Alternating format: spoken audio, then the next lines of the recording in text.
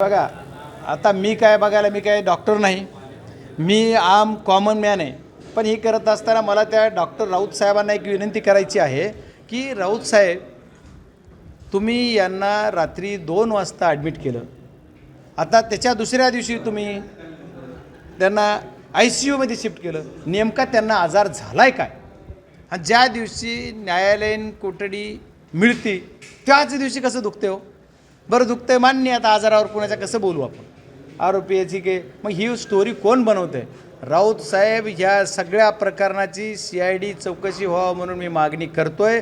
मानव हक्क अभियानाचं सुद्धा आजच पत्र इथल्या CID DIGला सगळ्यांना आलेले आहेत. पुणे CIDला आणि तुमच्या ह्यांना DIG औरंगाबाद संभाजीनगरला पण आलेला आहे. आणि याच्यातसुद्धा त्यांनी सांगितलं वस्तुनिष्ठ अहवाल घेऊन आम्हाला लवकरात लवकर या. मग याच्यानंतर राऊत साहेबांची चौकशी होणार नाही असं थोडंच होणार आहे.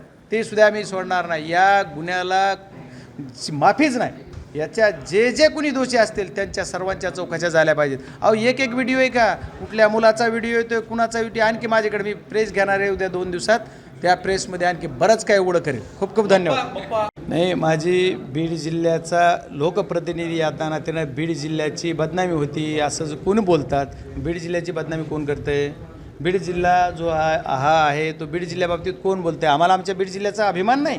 आम्हाला आमच्या बीड जिल्ह्याची इज्जत सांभाळायचं काम आमचं नाही? आम्हाला आमच्या बीड जिल्ह्याचं मान उंच झालं पाहिजे हे सुद्धा आमचं काम आहे. पण बीड जिल्ह्यामध्ये ज्या घटना घडतात हे कोण घडवतं आहे? राग कोण चोरतं आहे? रीती कोण चोरतं आहे?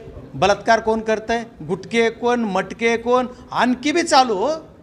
SP साहेब आता नवीन आले, ते काही करत नाही तसं कळलं. पण नेमकं आणखी बी काही चालू दिसते. आणखी सुद्धा अत्याचार चालू, आणखी सुद्धा कोणाच्या तोंडातून रक्त येईपर्यंत मारलं जात आहे. आणखी सुद्धा एक मी तुम्हाला 2-3 व्हिडिओ मी तुम्हाला दाखवणार आहे. मला आज हा विषय तुम्ही अचानकली झालं, पण मला प्रेसमध्ये बोलायचं आहे. मी प्रेस घेणारच आहे. मी जरा माझ्या कमिटीचा दौरा असल्यामुळं कमिटीच्या दौऱ्यात 8 दिवस बाहेर होतो, त्याच्यामुळं आता आजच आलो आहे. आणि आज आल्या बीडला मला काही सांत्वनपर भेटी होत्या, ते गेलेले आहेत. आणि मला येणाऱ्या काळामध्ये उद्याचा दिवस प्रजासत्ताक दिनाचा दिवस आहे. हा आपल्यासाठी अभिमानाचा दिवस आहे. त्याच्यामुळे उद्याचा दिवस नाही, मी परवा 27 तारखेला 100% प्रेस घेणार आहे. आणि प्रेसमध्ये आणखी बरंच काही जी दडलेलं आहे ते कळणार आहे. तोपर्यंत एकच, राऊत साहेब तुम्ही योग्य ते निर्णय घ्या. आणि राऊत साहेब, तुम्ही या आरोपींना पाठीशी घालायचं जर काम केलं तर मला वाटतं की ही तुम्ही चांगलं करत नाहीत. तुमच्यासाठी हे चांगलं नाही. ABP माझा, उघडा डोळे बघा नीट.